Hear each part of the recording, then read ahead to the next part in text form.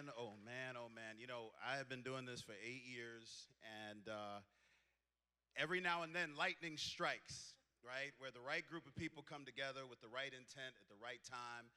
And I've had the opportunity to meet some fantastic individuals that you just saw in the video, Mr. Jason Johnson and Ms. Joy Reid, who are amazing journalists, commentators, political minds, and just all around great human beings. So the opportunity to have both of them on this stage here as black nerds, self-identified, and a black nerd mom, self-identified, so happy to have them here. I want you to first, I'm going to introduce my good friend, Jason Johnson from MSNBC.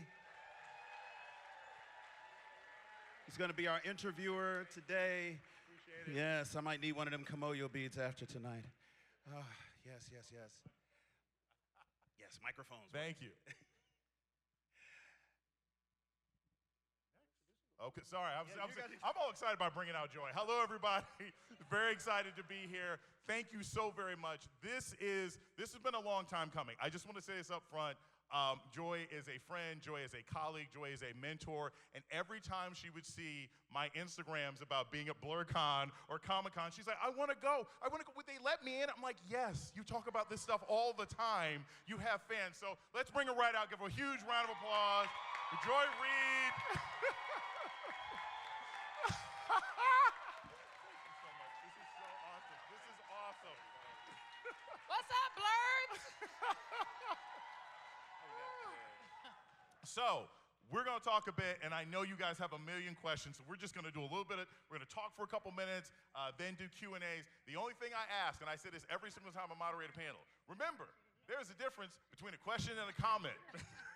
So please try and make it a question. We'll definitely get into the commentary. So first off, Joy, you got here, you brought Jason, your wonderful husband. This is your first time at BlerDCon. Just walking through the building, just what's your first impression? I took so much video, first of all. So if y'all show up on my Instagram, I'm sorry I didn't get everybody's permission. This is so great. I love this so much. I love it. This is like, I finally found my home country. It's like I finally found my people. My people are here. And I love it. I mean, my kids are going to be so jealous because we've got 3 who love anime. They love cosplay. They love going to Comic-Con. You know, I've been to all of them. I've been to Star Trek Con. I've been to Comic-Con, but I've not been to BlerDCon. This is bomb. I love it. Awesome. This is awesome. This is all you guys. So everybody's been watching the clips that we sort of put together. And here's the thing. When they were like, oh, well, what kind of video do you want? I was like, I literally just typed in Joy's name and Game of Thrones, right? And just gave them a bunch of different clips. Start with just a little bit of your Blerd journey. Like, what was the first thing that you saw as a kid? Was it Star Trek? What was the first thing you saw? You were like, oh, this is cool. Like, yeah. I want to do this. I want to talk about this in my journalism. And first of all, I didn't even mention that I did wear my sort of modified Dora Milaje look today, so I just want to say that I did my best. I didn't have a full cosplay look, but I said this is as close to Dora Milaje. But it's like Dora Milaje mixed with Delta Sigma Theta. I kind of made them go together. Oh, yes. And links. Yeah, absolutely. Yes, absolutely. And the pants are something, but I haven't figured out I'm going to figure out what my character is before I leave here today. It was definitely Star Trek. Mm-hmm. Like, I, grew up, and original Star Trek. Apologies to anybody that likes all the newer versions, but I'm a Captain Kirk, that era. Mr. Spock, Captain Kirk, that era, right? And what I loved about Star Trek was, first of all, there was a black woman that was, you didn't really see too many black women, on TV shows back then. It was like I Dream of Jeannie, the stuff that we were watching, Gilligan's Island. Like, we weren't present, but all of a sudden on the Starship Enterprise, we weren't just present, we were in charge of communications. Right. And this was very important, and and I was just captivated by that group of people and those adventures and those stories, and I think that was sort of my first really big Blerd experience, was definitely Star Trek. Okay.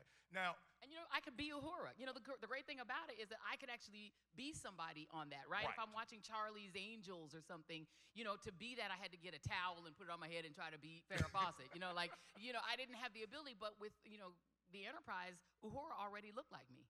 And it was this idea of like, this is something we could aspire to, right? Yeah. Like, it's the future. It's like, okay, the future, they're actually gonna like hire black people to do things, which would be nice. It's a different kind of black job in the future.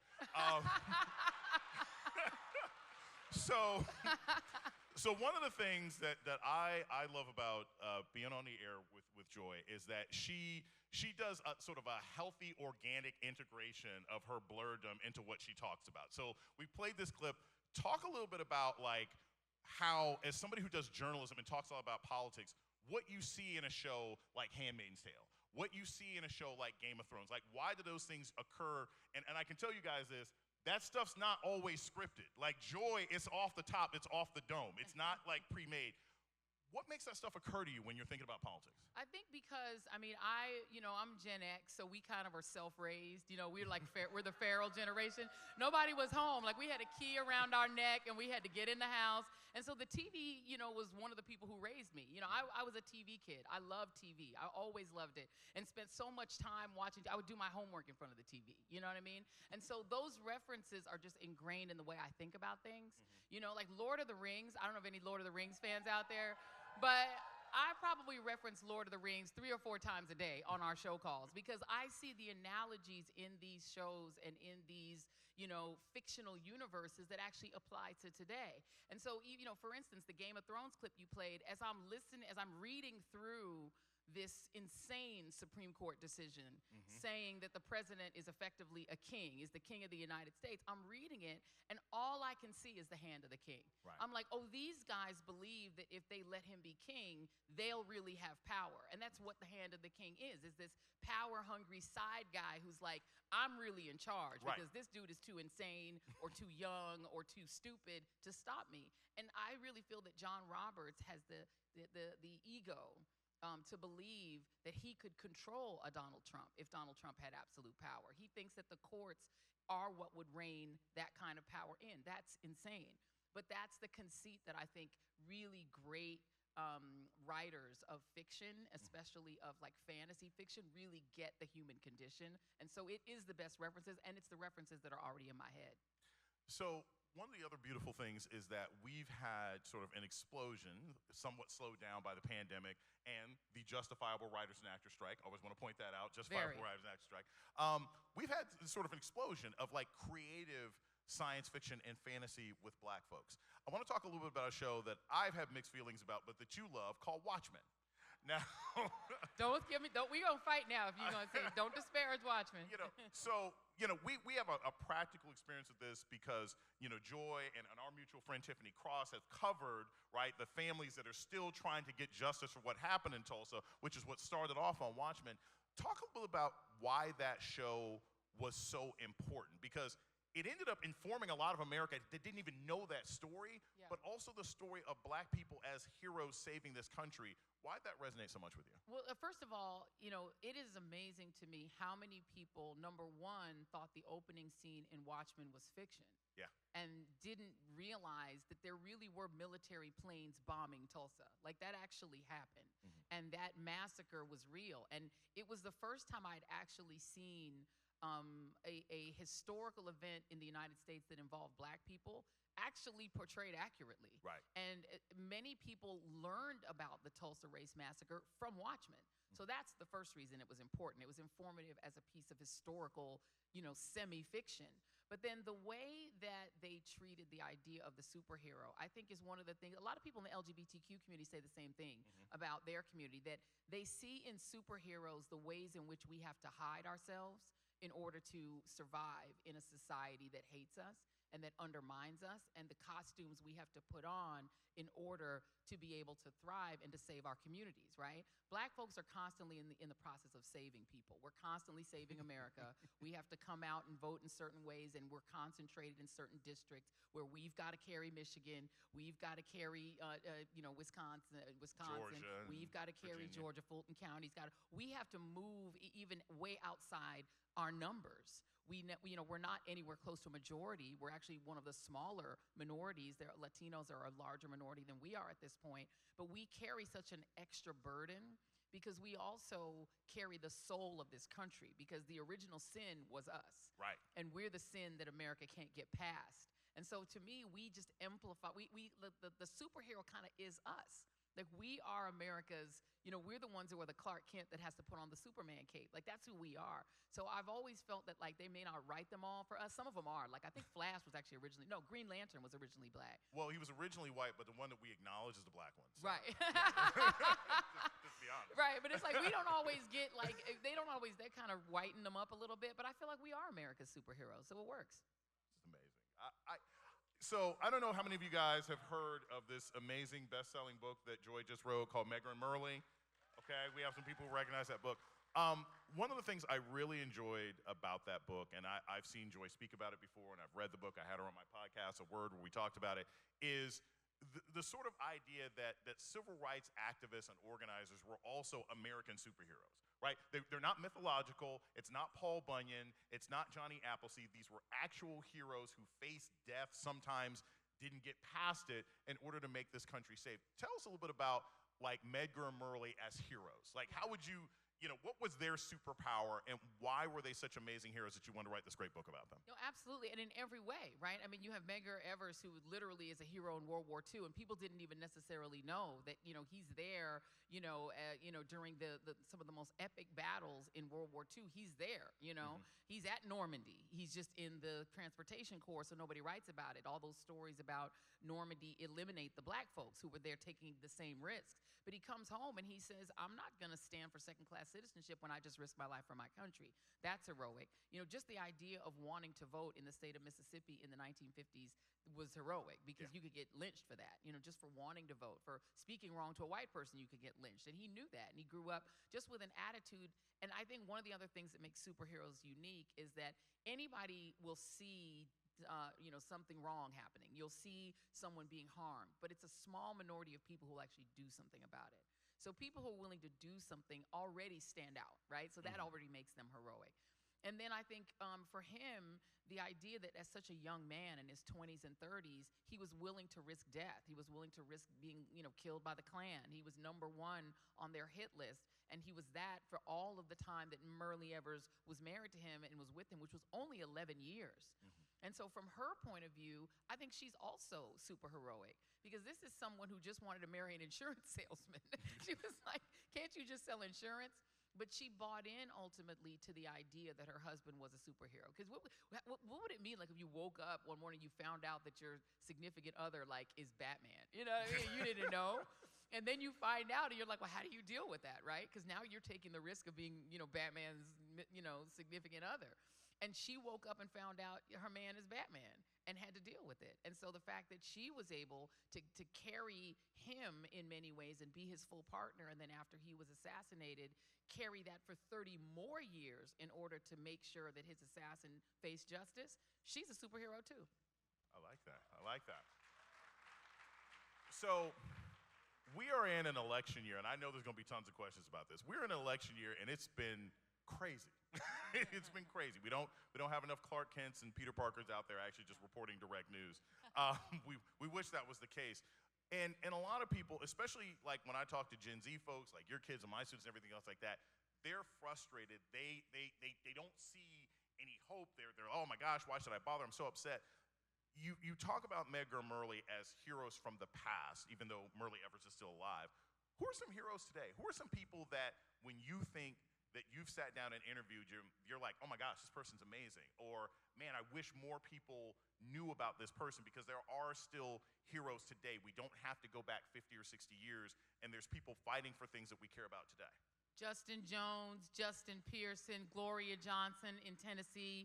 I mean, look at the risks that they're taking in a state like Tennessee that people are like, no one can do that. Right. But they're doing it. I mean, there are people like them. Ayanna Pressley, who is an incredible member of Congress. Our sister from Texas, Masoro. Oh, yeah. Yeah, I always forget, because I see her face. I just think bad-built something body. Yeah. Bleach blonde, bad-built, butch body. I mean, yes.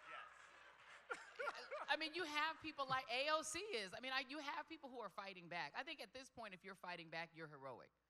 That's awesome. That's awesome. So I know we're going to have a ton of questions and follow-ups to them. So if you have a question, do we have microphones out there? Okay, I don't know if we have microphones out there. So I'm going to stand so I can see a bit, and I'm going to look out into the audience. First question right here, and I'm going to try and get to as many of you as possible. So just sit down, and we'll get to you after I have the first person. Yes, here we go. Come on up.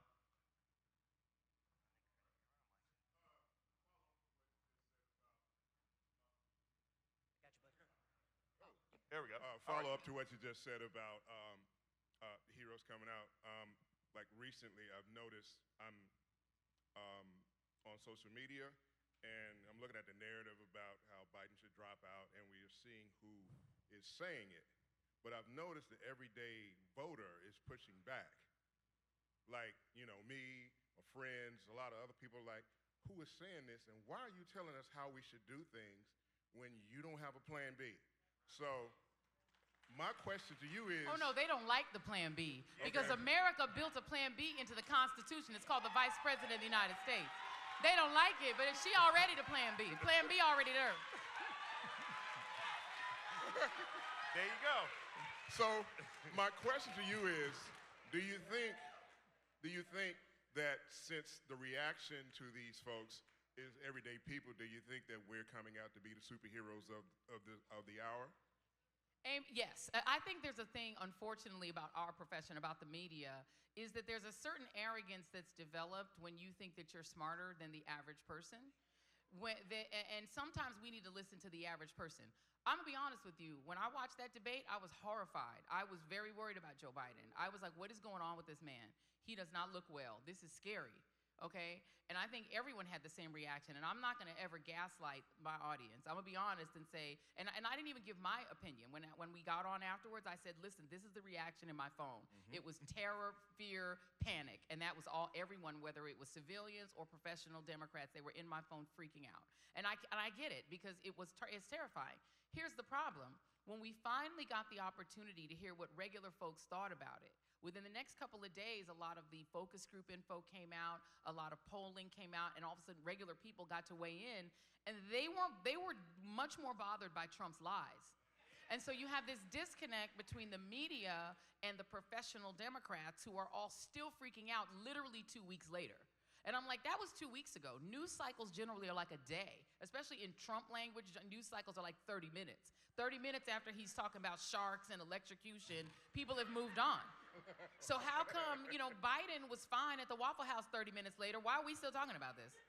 So my thing is, I'm going to go where the people are, because the reality is the professionals are still mad but also there is a certain desire for obedience. You have media smart people, you have donors, you have professional Dems, people who are strategists, people who, helped Bill Clinton get elected. And at this point, they're demanding obedience. But the problem is you're demanding obedience from the President of the United States. And he does not have to obey you. And the rules of the Democratic Party say that if he does not want to leave the ticket, he doesn't have to. There's nothing you can do to make him go. So what I want to do is go Lord of the Rings on you right now. Now is the time. We are either going to quit or fight. That little Frodo, that big. He got to get to Mordor. He got that ring. He got a dwarf friend. He got a wizard. Okay? He has no magical powers, and he's that big. What are you going to do? Men of the West, what are you going to do? I believe in reality, okay? I worked on a few campaigns. I have a bit of an advantage in that I know the other side. And so if Latasha Brown and Cliff Albright from Black Voters Matter don't tell me this can't be won, I will not believe it cannot be won. When they tell me it can't be won, because they actually turn out voters. People who write op-eds do not turn out voters. And so if you tell me in July that the race is over, then why are we having an election? Why bother? Tell everybody to go home and don't bother to do GOTV because y'all saying it doesn't matter because y'all looked at the data and Nate Silver said it's over. So, okay, thanks, Nate Silver. We'll just skip the election. No. What we need to do is ignore all the chatter of what people are saying in the op-eds. I don't care what the New York Times says. I care what you all say. I care what voters say. And voters haven't said not a damn thing because it ain't election time yet. So what's going to happen is between now and November 5th, 1,000 different news cycles are going to happen. 1,000 different things are going to happen. Good, bad, or indifferent. We don't know how that's going to impact the vote. But what I do know is that we can control whether we vote. We can control whether our families and friends vote. We can inform them about the dangers of Project 2025 and all these terrifying, villainous things that are being threatened upon us. We know we're going to be impacted more. And so we need to take control of what happens in November and stop letting people tell you what's going to happen and threaten the president as to what's going to happen. If that is who we got, let's drag that man across that finish line. He ain't perfect. I got issues with him too. But just tell me, who is it that I got to vote for to keep the devil out of Washington? Who? That guy? I'm with it. Let's do it. Yeah. And by the way, and the last thing I'm going to say, and don't let anybody fool you. I understand the rules. I had somebody actually send me the rules, and I spoke with somebody who actually sits on the rules committee of the DNC. Here's how it goes. On July 21st, tell all your friends when you go home, there's going to be a virtual vote that's going to determine who has the delegates. Joe Biden's going into that vote with about 3,900 pledged delegates, about 700 unpledged, people who voted non-committed, who are uncommitted delegates. If he walks away after July 21st with 1,976, 1976, if he's got that many delegates, he's the nominee. Then he gets to decide if he stays the nominee or passes it along. The only other option that is realistic and fair, because that's the only other person that's been on a single ballot in this election, is the Vice President of the United States. And if it ain't her and it ain't him, nobody that comes out of that process will win. It's him or it's her, but right now it's him and her. If you love her, she already on the ballot. Just vote. Ignore all the bullshit and just vote.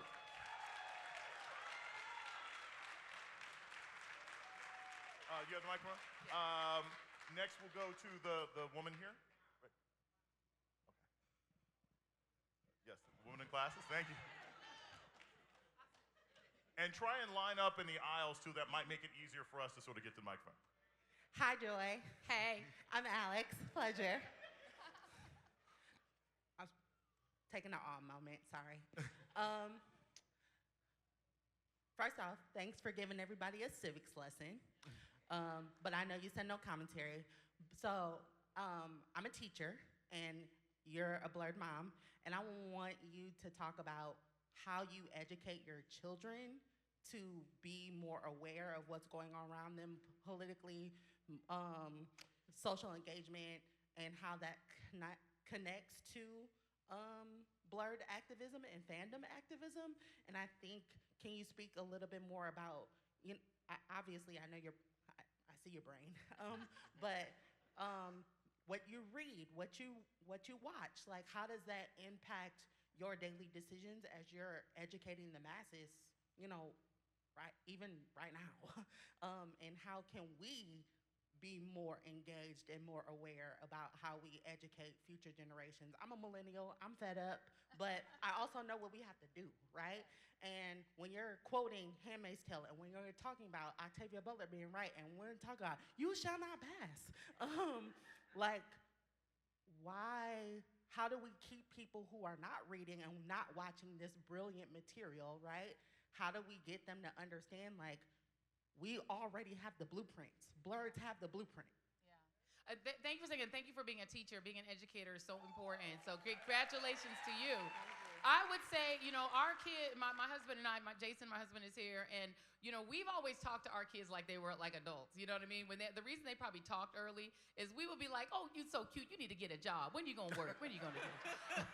But they learned to talk early because we just talk to them. You know what I mean? We're just very open. We just talk to them, and so they've always heard us talking about politics. So they're very aware because they're around us, and we have a little family group chat, and it's got silly stuff in there, fun stuff we put in there, but it also has the politics in there. We talk to them about politics, and I think that's the thing is even somebody too young to vote can still learn about the stakes because they're gonna pay the price. If things go, look, The Handmaid's Tale is the most accurate history of the future that I've ever seen in my life. Ooh. It is an accurate history of the future because there are people who think of that as goals. Not parable of the sower. Listen, they structured this Project 2025. It's 900 some odd pages that essentially is a blueprint to create The Handmaid's Tale because there are a group of conservative Christians who believe that they have the God-given right to remake our society into their version of Christianity. Now, I grew up in the church. That's not my version of Christianity, so they have no right to impose that on me. And so the reality is, I think, just keep communicating with people who are young, whether they're voting age or not. And the other important thing is, as people turn 18, they must register to vote. It is your superpower as an individual. Not everyone has a big platform. Everybody has a TikTok, but not everybody has, you know, 1 million followers. But even if you have 20, that's your you're their influencer. If you have 100, you're those people's influencer. So use the platform and influence that you have at whatever level it is to constantly educate people, but it helps for people to take the medicine if sometimes you give them a little sugar. You don't always have to be talking politics. You can also be talking about Game of Thrones in the show. We spend as much time nerding out and blurting out about like comics and like whether DC's better than Marvel. Like we will do both. And so I always try to even do that in my shows. I'm like, I'm gonna give you a little fun, but I'm also gonna give you the facts. And so give people a little bit of both. Absolutely, thank you. Thank you.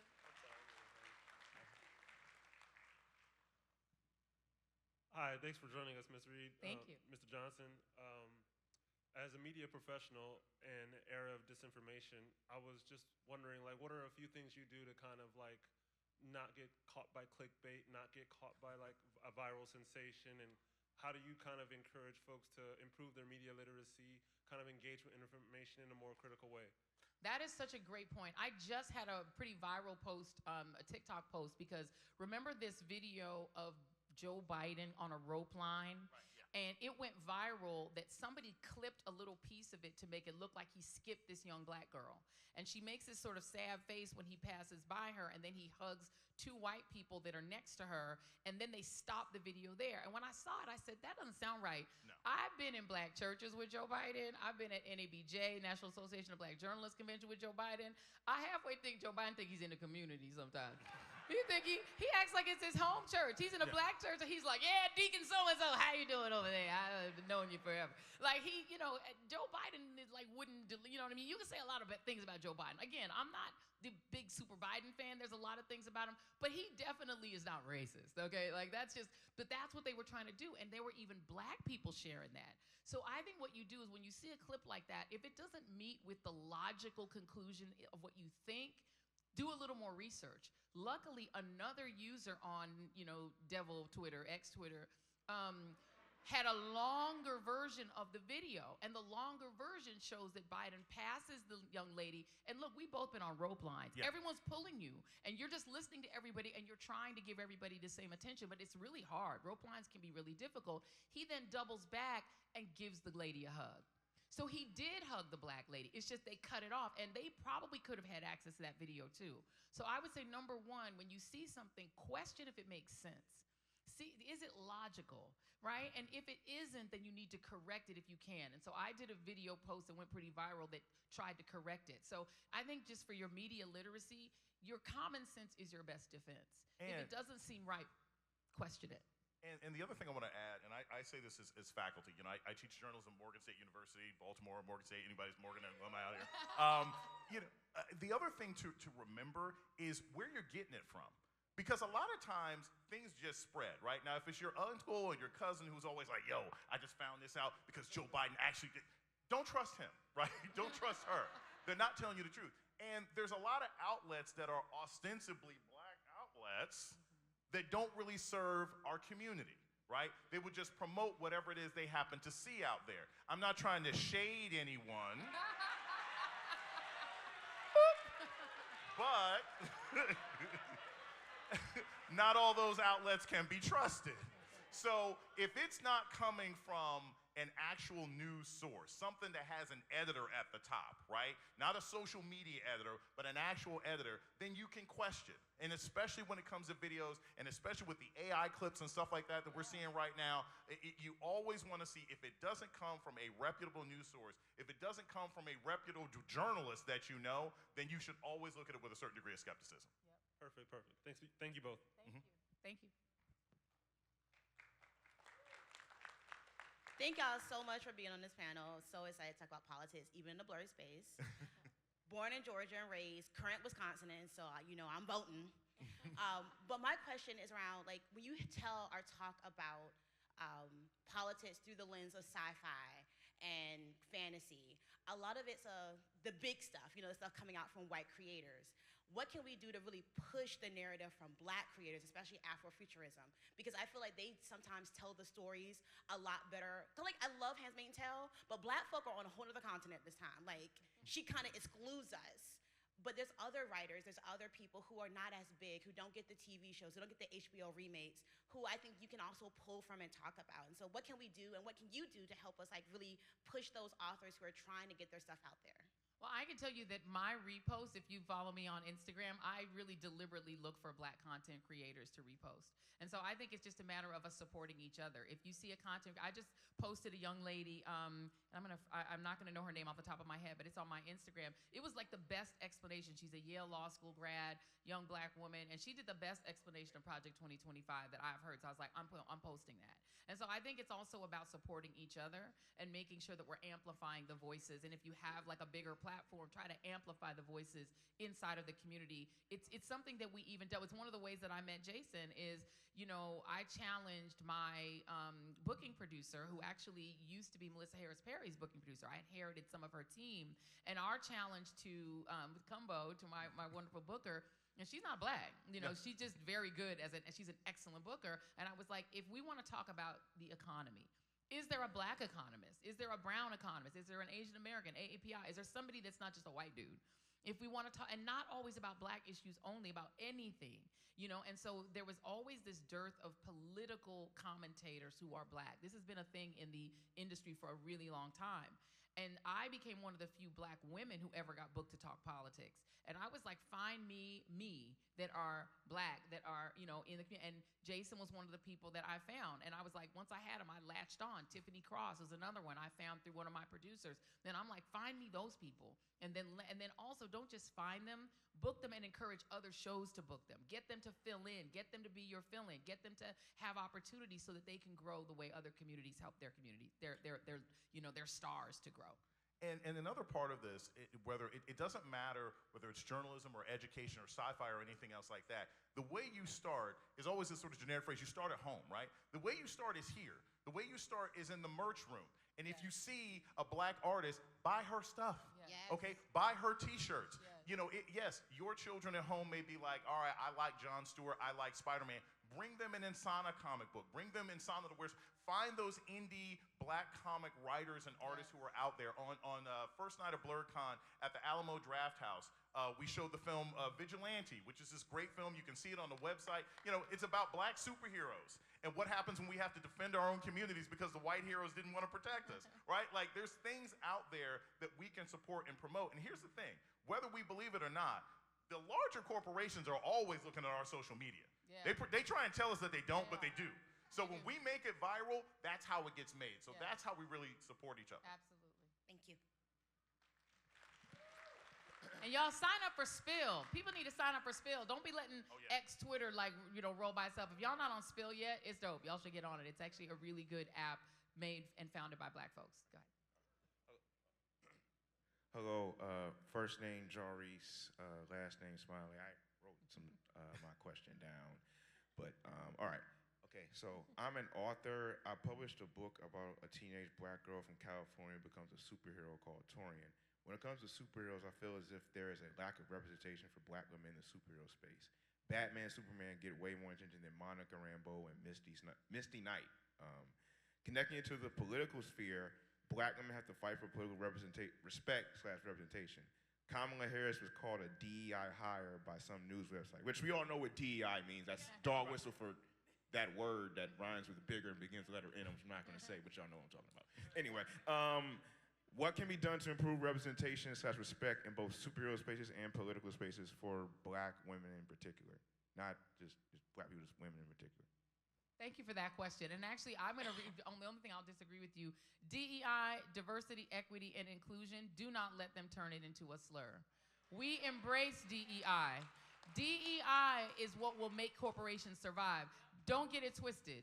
DEI was not created for Black people. It was created for white corporations to be able to sell, because the generation 15 years age and younger are already majority non-white. Let me say that again.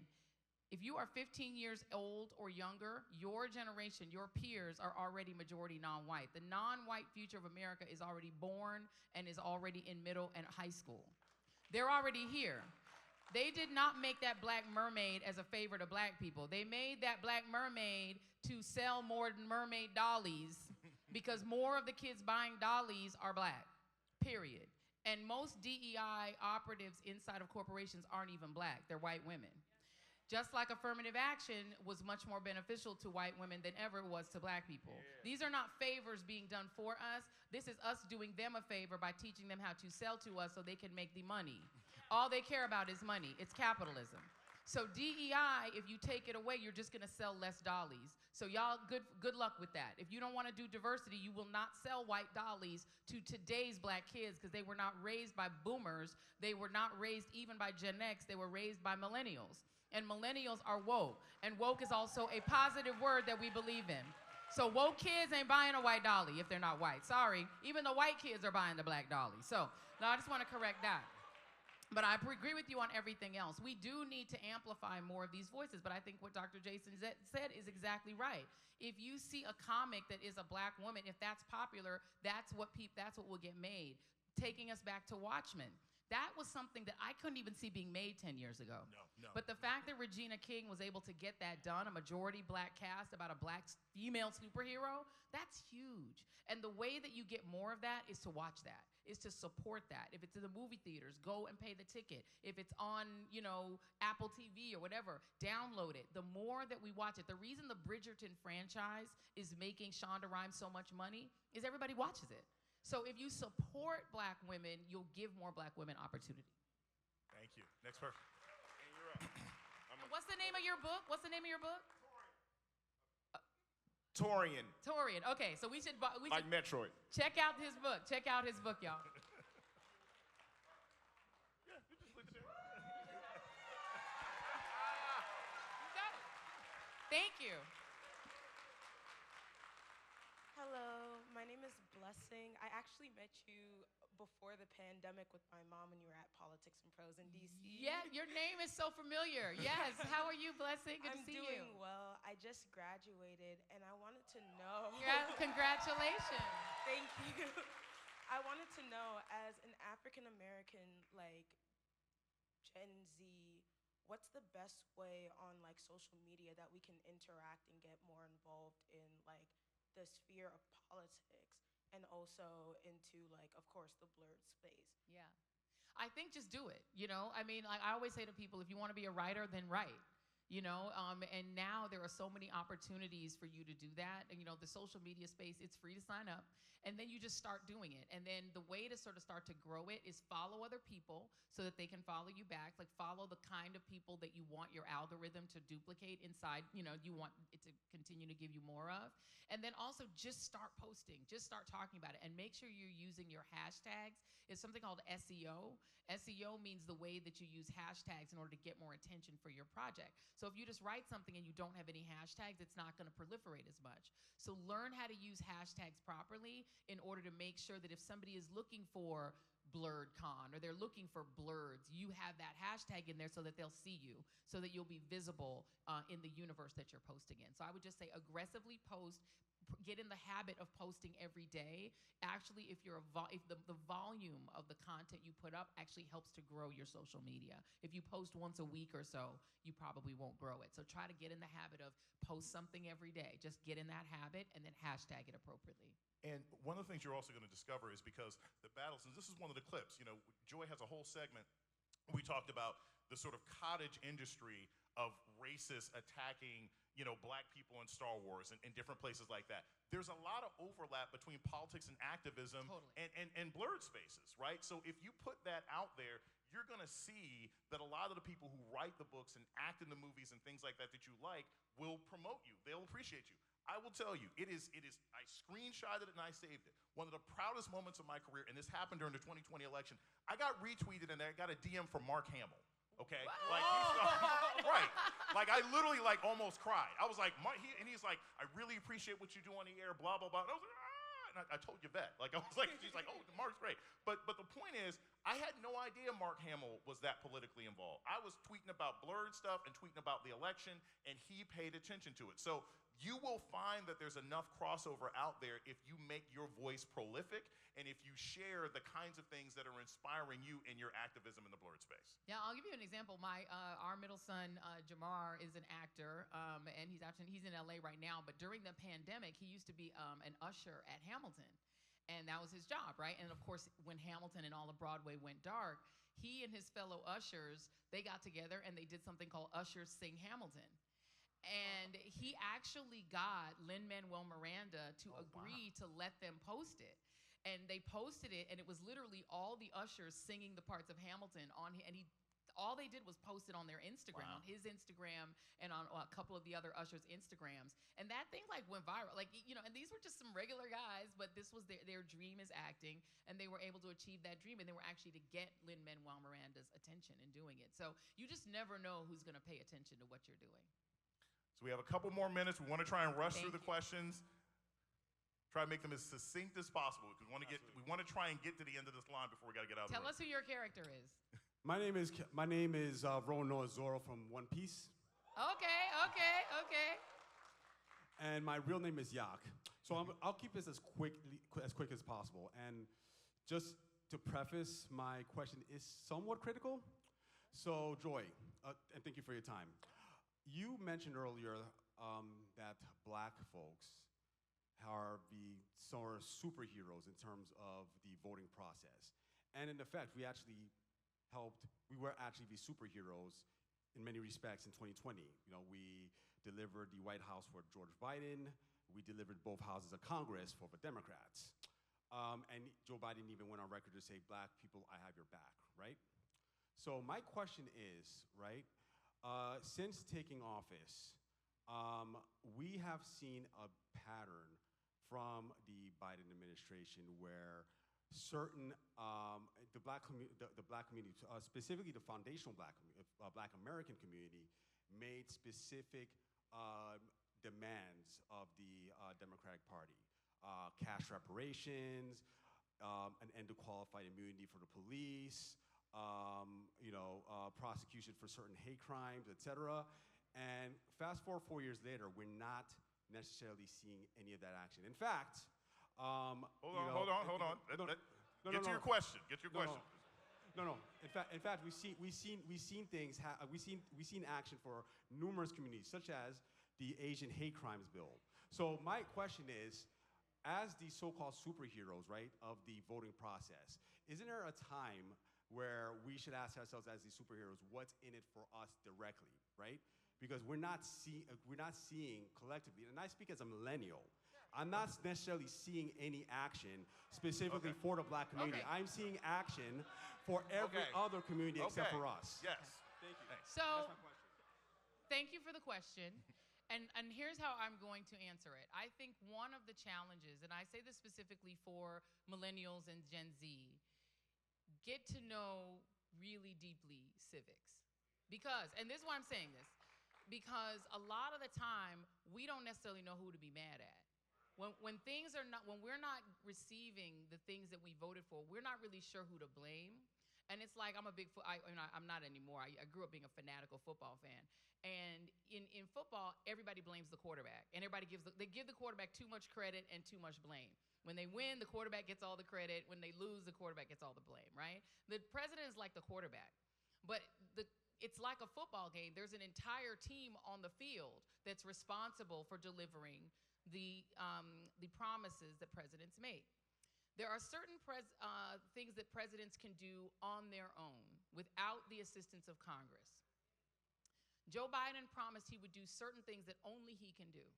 He said that he would name a black woman vice president. Check. He said that he would name a black woman to the Supreme Court. Check. Those are things that he alone can do. He attempted to do another thing that he promised during the election, which was that he was going to relieve student loan debt. He attempted to do that through executive action, which again, only the president could do. He got sued by multiple Republican attorneys generals across the country. It went to the right-wing majority Supreme Court. They overturned it, and he had to start over. So he went back to the drawing board and went back through the executive process, again, that doesn't have to go through Congress, used another way to do it, and now 30 million Americans are having their student loans released. We're talking about $30,000 to like $200,000. That was a promise he made, including to the black community, because we are disproportionately impacted by student loan debt. Check. I can tell you that the criminal justice bill that was promised during the campaign was written. It was sent through the House. It passed. At the time, you had two members of the Senate who were ostensibly Democrats, Joe Manchin and Kyrsten Sinema, who refused to allow that bill to get out of the Senate. It was blocked because criminal justice reform cannot be done through executive action because the police do not report to the President of the United States. They are funded through federal programs, but those fundings come through Congress. So if you cannot get criminal justice reform without Congress passing a bill for the president to sign. So that is not something that was in the control of Joe Biden. So that's just real talk. The second thing that you said, reparations. If any president could actually just make reparations happen without Congress, then any president who promised it would absolutely have to do it, right? That is not something that a president can do without Congress because all funds that are spent by the federal government can only be appropriated by the House of Representatives. I'm gonna say that again. All funds that are spent by the United States can only, in the Constitution, be authorized by the House, not even the Senate, just the House. Who controls the House right now? No. But even when the Democrats controlled the Senate, right, by the same 2 votes, Manchin and Sinema, do you think that a reparations bill would have gotten filibustered? I promise you it would have. Yeah. Would it have gotten, how many votes do you need to block a filibuster? 60. Did Democrats have 60 votes? No. When's the last time Democrats had 60 votes? The last time Democrats had 60 votes, you got Obamacare. That was President Obama's big promise. Again, it can only be done by Congress. The president can sign it, but civics is what you need to understand. What is the process? If you want a president to be able to do anything they want and to get away with it other than the Supreme Court saying the president is a king, but if it involves spending money, they must not just have control of the House. They must have 60 votes in the Senate. So those things you're talking about, the things you named, are appropriations issues. They involve spending money. So if you want those things to happen, the answer is not to withhold your vote. The answer is to vote so much in all these states that you have not just the House, but 60 votes in the Senate. I'm just telling you how things work. You don't have to believe me, but that is how things work. All right, next question. That is called civics. No. That's just real. We gotta go to the next person. Okay. That's just real talk. Okay, we have time for 3 more. So 1, 2, 3, and let's go. Hi. Hello. How you doing, Ms. Reid? I'm good. This question's just going to switch it up a little bit. I know doing activism work is extremely tiring. My question for you is, how do you keep joy in your life while working through and facing all these different challenges?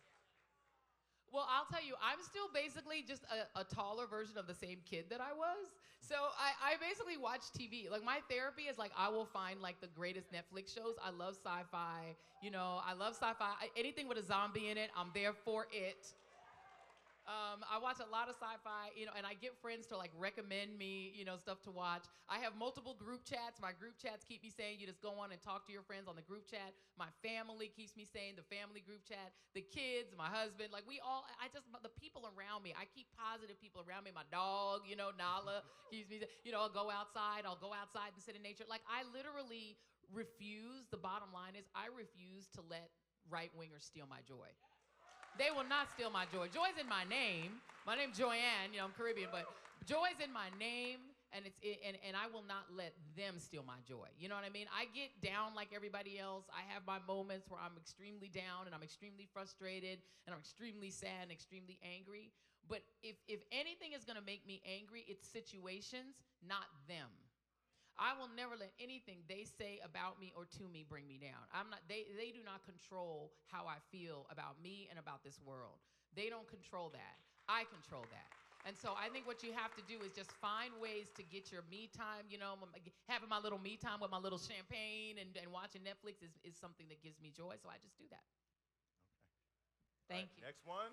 Hi. Wait, what's your character? I didn't even ask you. Oh, you're Wednesday. Oh my gosh, I love that. That's awesome. Hi, I'm Tim from Alexandria, and my mom would be really jealous. She's a huge fan. I am as That's well. my base. The moms are my base. I'm on the autistic spectrum, and my question is, how can I, as someone on the spectrum, be more involved in politics? You just did it. Speak up. Be yourself. Be you. And be you out loud on every platform that you're on. You just did it, my brother. You just did it. Thank you, man. Okay. Good afternoon. All right, Hi. last one. Quick question. If the Democrats ever get control of the 3 branches of government again, do you think it's possible for them to finally make the Civil Rights Act permanent and finally give D.C. statehood? Ooh. Amen. Listen, that's what you should demand of them. And again, the secret is to vote. I mean, it's not the sexiest answer in the world, but it's just the truth. The way things actually happen at the federal level is they happen through the House, the Senate, and the president signs bills. That's what the president does. They sign bills. They don't make bills. And so the reality is the Civil Rights Act, there was something called H.R. 1 that was a broad civil rights bill that Nancy Pelosi pushed through the House. And again, it got vetoed in the Senate and it couldn't pass. It would have made the Civil Rights Act, it would have strengthened the Civil Rights Act. It would have included the John Lewis Voting Rights Act provisions. It would have ended things like voter ID. It was a brilliant, a wonderful bill. It never made it out of the Senate because there were Democrats in name only who stood in the way. So what I would say is the way that it took 100 years to get Obamacare, okay? The Social Security Act in the 1930s was supposed to include universal health care. But the American Medical Association, the doctors, stood up against it and fought it until it died. FDR was one of the greatest presidents in terms of being able to push through progressive legislation. He couldn't get it done.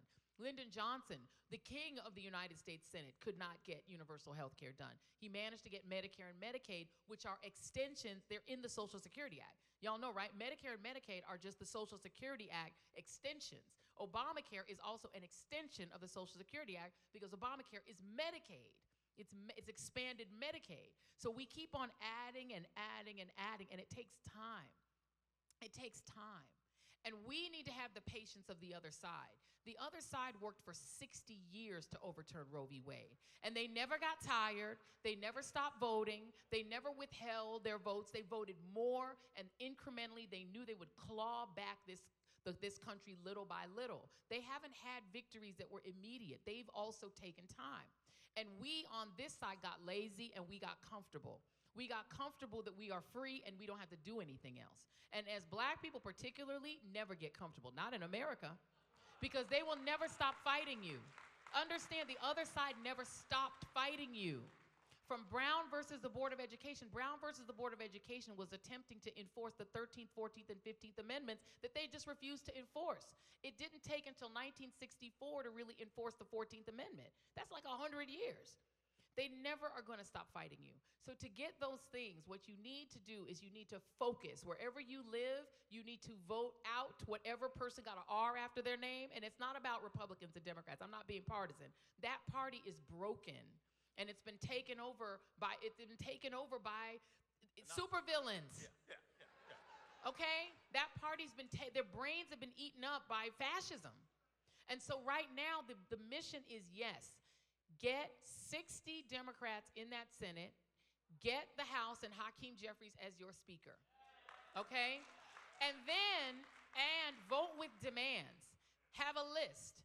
I want you to pass, name your list, and give them 2 years to do it. If you, my congressman, don't do it, you're out. They come up for election every 2 years, you get to vote them out. They have to start running they come up. So you just give them, say, I'm gonna give you 2 years and I'm gonna start either running against you or campaigning against you. I'm not gonna vote for you. You just hold them to account. The thing they fear is not getting voted back in and not getting donations. So that's how politicians operate. But also, last thing I'm gonna say is, don't put it all on the president and the Congress. Your state controls your life. Your state rep, state senate, school board, you know what I'm saying, prosecutors, you get to vote for all of these people. You must vote. And that's all I will say is your superpower is in your hands. It is your registration to vote. That's your superpower. And if you don't use it, you're like Superman without refusing to put on the cape. Don't be that. You don't be Batman refusing to get in the Batmobile. The Batmobile is right there. Just get in it.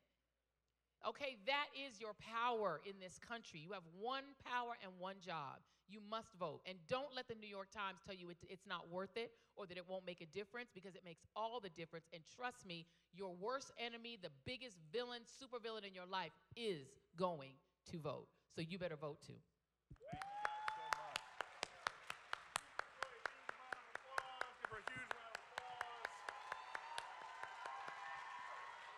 Thank you guys so much for coming out tonight. Remember, you can see Joy Reid every single night, Monday through Friday on MSNBC. You can catch me occasionally on MSNBC or my podcast, A Word, on Slate. Download and subscribe. Thank you guys so very much. We're going to be up here for a quick bit, and then we have to rush out to the next room. Have a great BlerDCon. We'll see you around.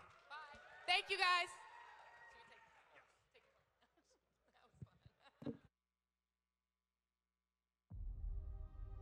Close your eyes. Your eyes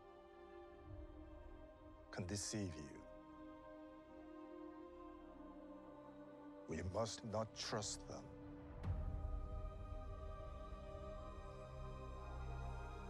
Tell me what comes into your mind.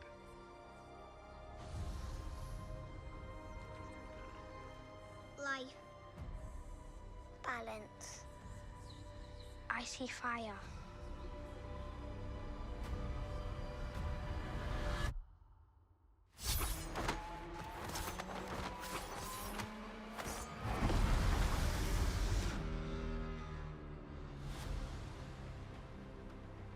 Someone is killing Jedi. It doesn't make sense. What happened? I sensed darkness.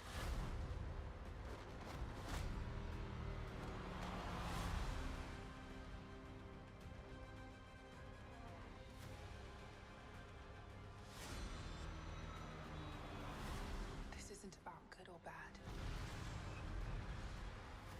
This is about power and who is allowed to use it. What is that?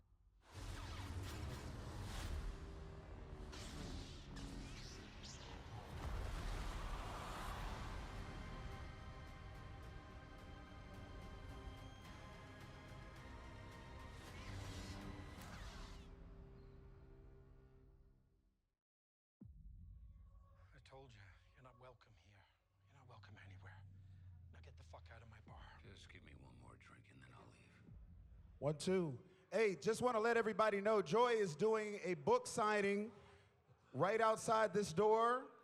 You can get books, you can get postcards, she is taking pictures. So go to the table, you can line up into the hall, because she'll be right here signing autographs, she'll be taking pictures, but you got to line up, get yourself a book. If you already got it, she'll autograph it. She's got some other stuff that you can get signed right out here inside this exit. Just line up, tables are right outside the door. If you want to meet Joy Reid, she'll be right here on the right. Get yourself your book signed, get your selfie, she'll be there for you.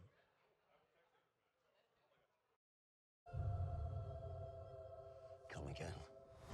This Wolverine let down his entire world.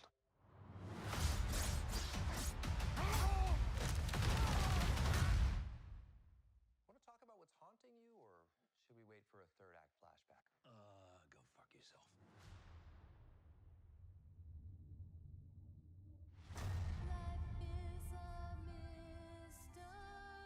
I don't know anything about saving worlds, but you do. Trust me, kid, I'm no hero. You were an X-Man. You were the X-Man.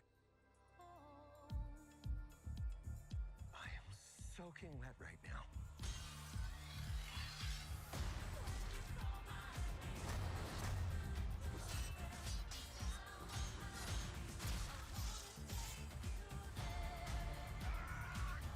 Boys are so silly. This is what I'm talking about. Big slow motion action sequence. Who knows if you live or die?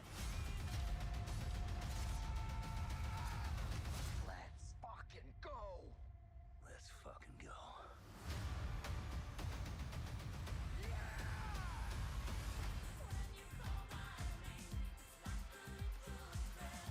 Want to do some cocaine? Hey, cocaine is the one thing that Feige said is off limits. What about Bolivian marching powder? They know all the slang terms. They have a list. Even snowboarding? Even disco dust. White girl interrupted? Even forest bump. Do you want to build a snowman? Yes.